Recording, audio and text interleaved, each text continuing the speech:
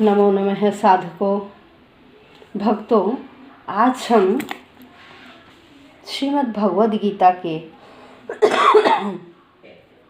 प्रथम अध्याय के श्लोक संख्या 42 से लेकर 44 तक इन्हें श्रवण करेंगे। इससे पहले श्लोक संख्या 40 और 41 में वर्ण संकर संतान के बारे में बताया गया था कि ऐसे समय में जब स्त्रियों का चरित्र दूषित हो जाता है कि युद्ध में अनेक व्यक्तियों का वध होने से क्या होगा, स्त्रियों का चरित्र दूषित हो जाएगा, वो पर पुरुष का समागम करेंगी, पर पुरुष के साथ सहवास करेंगी, तो ऐसे क्या होगा, वर्ण संकर संतान उत्पन्न होगी। अब वर्ण संकर संतान जब उत्पन्न होगी तो वह जो शाश्वत परंपरा है कुल की, वह उस धर्म को भी नहीं निभाएंगे और न ही अच्छा आचरण करेंगे। तो उससे क्या होगा, सृष्टि विनाश की ओर जाएगी। तो अब यहाँ देखिए श्लोक संख्या 42 में क्या कहा गया है। दोषै रतै कुल घनानाम वर्ण संकर कारकै उत्साद्यन्ते जाति धर्माः कुल धर्माश्च शाश्वताः। अब यहाँ भी यही कहा है कि जो वर्ण संकर संतान पैदा होगी वो क्या करेगी, वह न तो अपने परिवार का जो उनका परंपरागत धर्म है उसका पालन करेगी और न ही कुल के अनुसार जो कार्य किए जाते हैं न वह उन कार्यों को संपन्न करेंगी। तो उससे क्या होगा, चारों ओर जो ये वर्ण व्यवस्था है वो अव्यवस्थित हो जाएगी। क्यों? क्योंकि किसी का भी कार्य सही तरीके से नहीं होगा। तो अब आइए शब्दशः अर्थ करते हैं। दोषई दोषों से, दोषई दोषों से, एतई इन सब, कह रहे इन सब दोषों से, एतई दोषई इन सब दोषों से, कुल घनानाम, कुल घनानाम, कुल होता परिवार, घनानाम नष्ट करने वालों का, परिवार नष्ट करने वालों का, वर्ण संकर है। क्या होगी, वर्ण संकर संतान पैदा होगी, वर्ण संकर संतान पैदा होगी। वर्ण संकर के बारे में मैंने आपको 40 और 41 श्लोक में स्पष्ट रूप से बताया था कि वर्ण संकर संतान होती क्या है।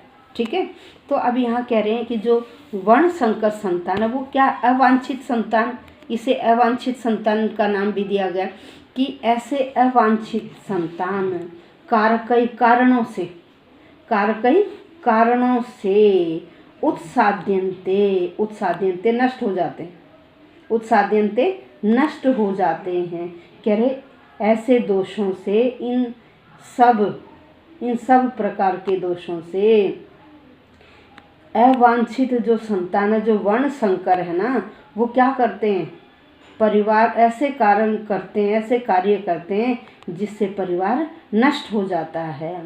जाति धर्माः, न तो वो जातिगत धर्म को अपनाते हैं, जो उनके समाज का धर्म है, जाति का धर्म है, वह अपनी समाज या जाति के धर्म को भी नहीं अपनाते। और कुल धर्माः, जो कुल की धार्मिक कार्य हैं, जो कुल के धार्मिक कार्य हैं, जो उस कुल में धार्मिक कार्य किए जाते हैं, वह उन धार्मिक कार्यों को भी नहीं करते हैं। और शाश्वताः, और नहीं शाश्वत, जो शाश्वत कार्य हैं, हमेशा रहने वाले कार्य हैं, अच्छे कार्य हैं, वह उन कार्यों को भी नहीं करते हैं।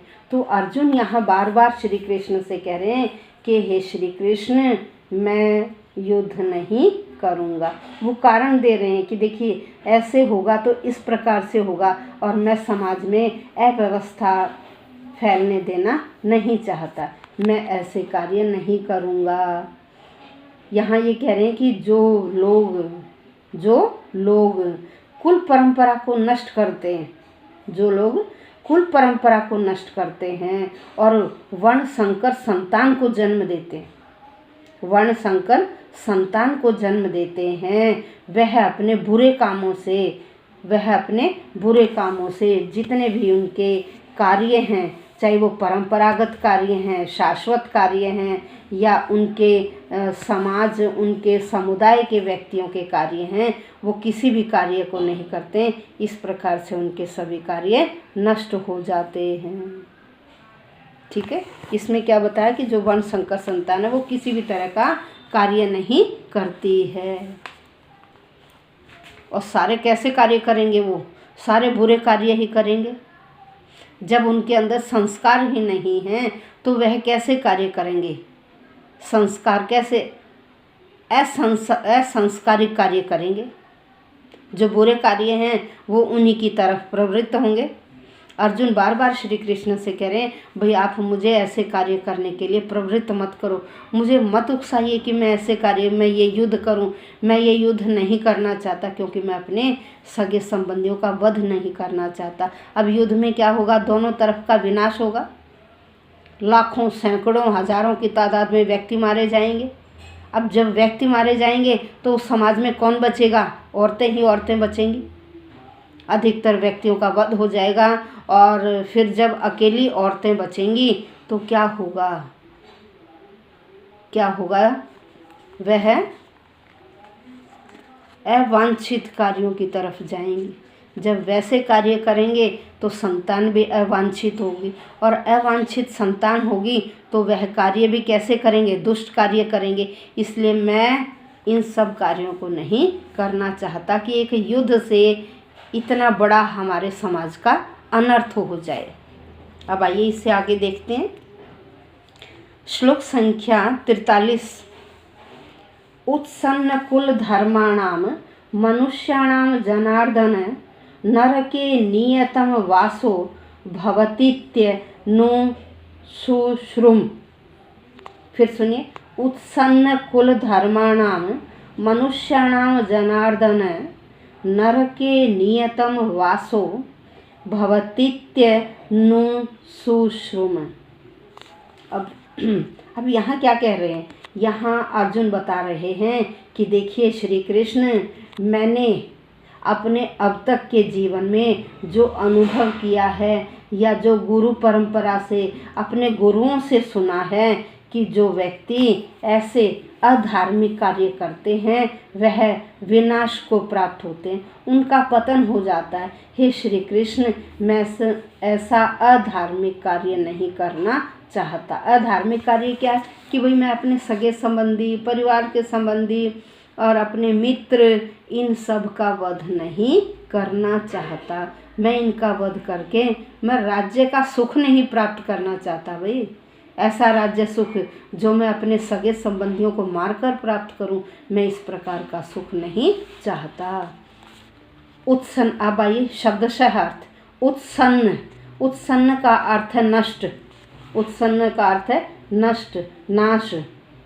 कुल धर्माणाम, कुल धर्माणाम, कुल धर्म, जो कुल का धर्म है ना, कुल धर्म को निभाने वालों का, मनुष्याणाम, मनुष्यों का, कि जनार्दन, हे जनार्दन, हे श्री कृष्ण।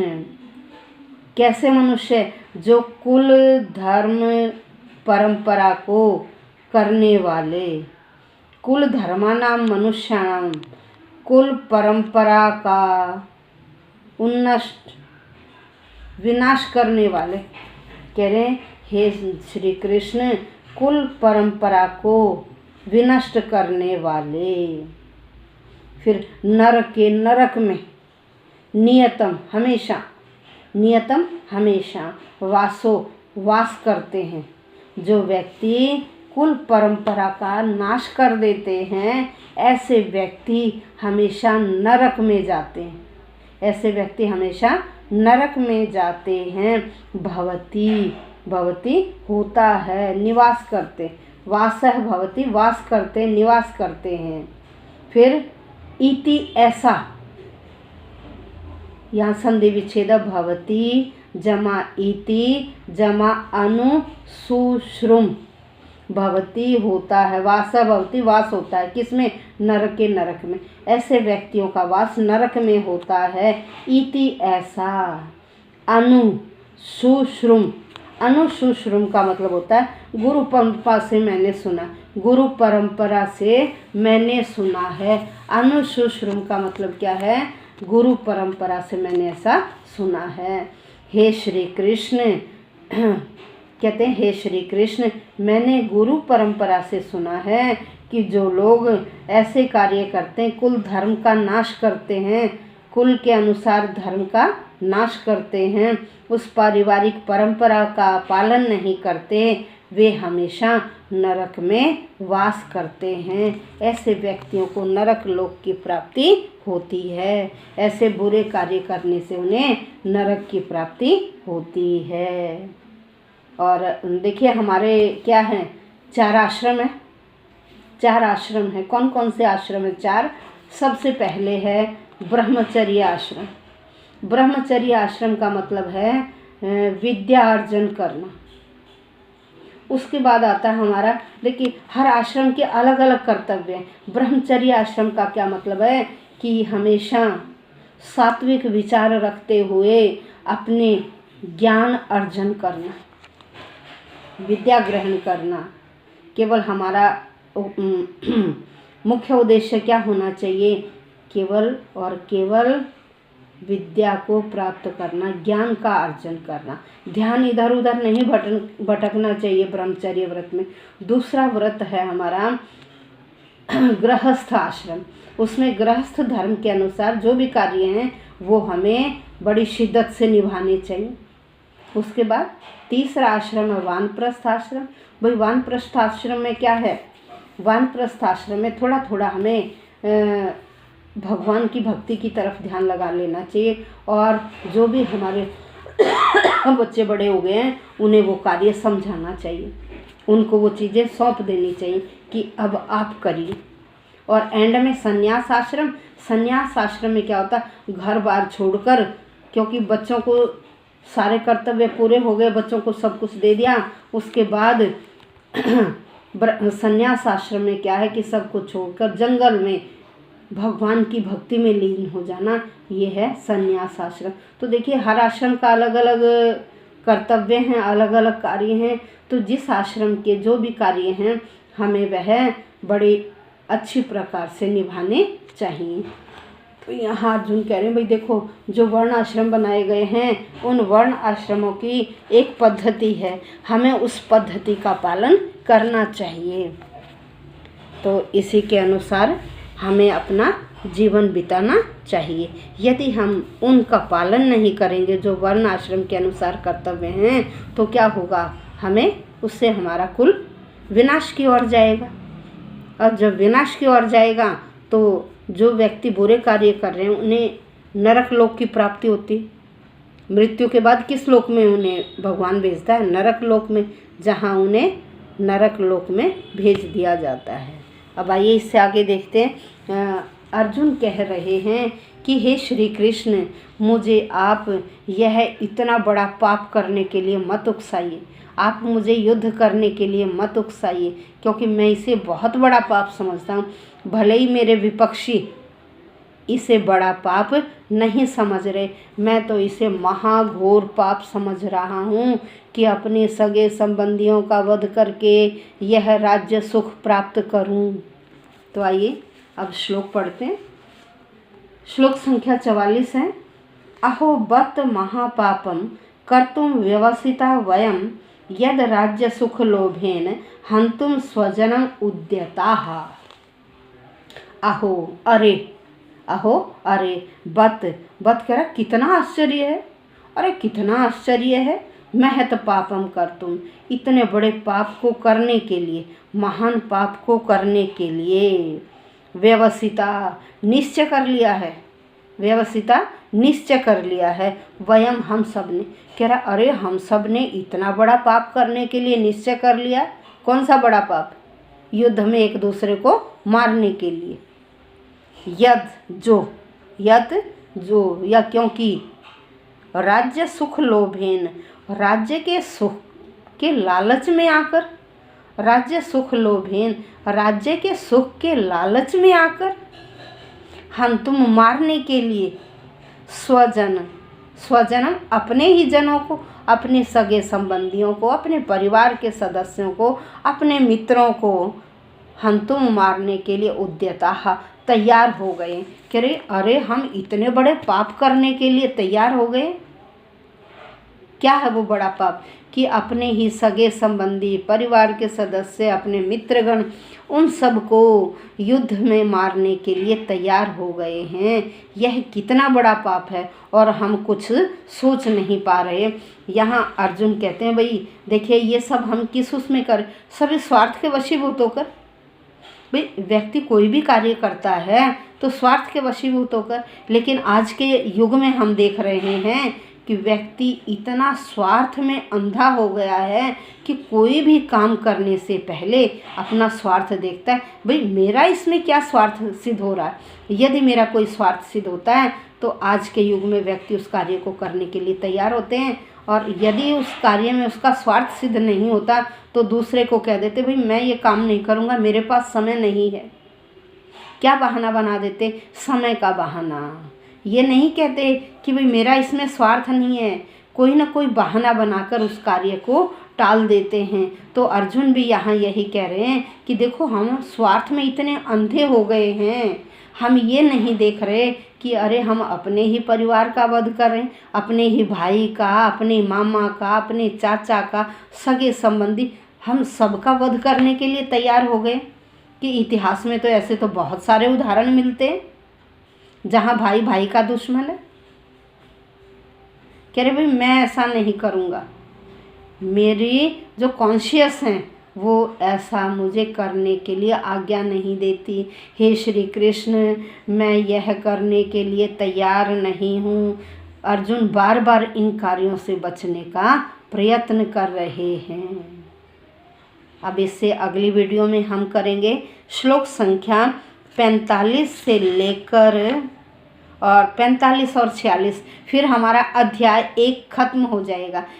देखिए हमने इस अध्याय में क्या किया कि जो कुरुक्षेत्र में युद्ध करने के लिए सेनाएं तैयार हैं, सैन्य निरीक्षण किया जा रहा है, सैन्य निरीक्षण किया जा रहा है। प्रारंभ में कौरव दुर्योधन बता रहे हैं कि सेनाएं तैयार हो गई हैं, इस तरह ये यहाँ है वहाँ है, ये पहुँच चुके हैं। उसके बाद फिर अर्जुन कहते हैं कि हे श्री कृष्ण मेरे रथ को भी बीच में ले चलो, भाई मैं भी देखना चाहता हूँ कि मुझे किन किन के साथ युद्ध करना है। और जब उन्होंने देखा कि मेरे सामने मेरे ही सगे संबंधी हैं, अरे मुझे उन्हीं के साथ लड़ना है, तो वह बहुत दुखी होते हैं और बार बार श्री कृष्ण से कहते हैं श्री कृष्ण मैं यह नहीं कर सकता, मैं अपने वंश के व्यक्तियों का विनाश नहीं कर सकता। और अब इस अध्याय के 2 श्लोक रह गए, वो हम कल करेंगे। धन्यवाद।